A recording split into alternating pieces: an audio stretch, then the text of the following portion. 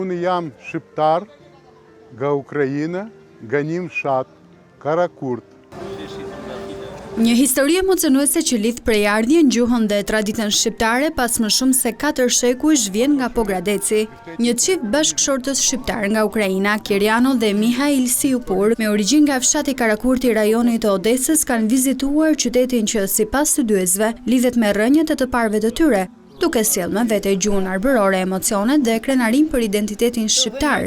Të parët e tyre u larguan në shekullin e 16 fillimisht drejt Bullgarisë dhe më pas u vendosën në Ukrainë. Bashkëshortët shprehen të emocionuar duke folur vazhdimisht në gjuhën arbërore dhe duke mbajtur me vete një portret të Gjergj Kastriot Skënderbeut. Shqiptarët dulnë nga Korç dhe nga Pagradec. Ato dulnë ishin këtu turkët dhe ato iknë nga Shqipëria, Bullgaria. Rojqin 200 vit. Pastaj nga Bullgaria iknë një Ukrainët.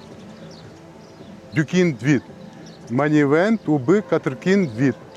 Dhe na flasim Shqip. Dhe të shi hapnë një Karakurtit shkollë. Shqip.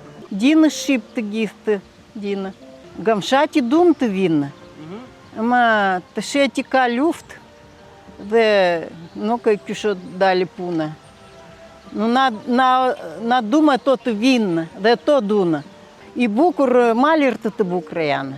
Studiuesi Ledian Ziqëllari thot se ky komunitet është i njëjtë si arbëreshët e Italisë dhe mjaft interesant është fakti se ende pas kaq shumë vitesh ata trashëgojnë kulturën dhe gjuhën e vjetër shqipe. Shqiptarët e Ukrainës njihen si komunitet, pasi është një komunitet i cili ka rreth 400 vite që jeton sidomos në zonën e Odesës dhe janë kryesisht nga Shqipëria juglindore, nga zona e Pogradecit dhe e Korçës.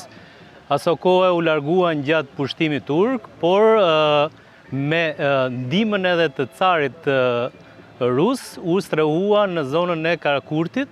Është një komunitet i cili ka ruajtur traditën, kulturën, por edhe gjuhën shqiptare. Pavarësisht se sot jetojnë në Londër pas largimit nga Ukraina për shkak të luftës, bashkëshortët thonë se duan që t'i tregojnë shqiptarëve të tjerë në Karakurt për vendin e origjinës në mënyrë që ta vizitojnë së shpejti.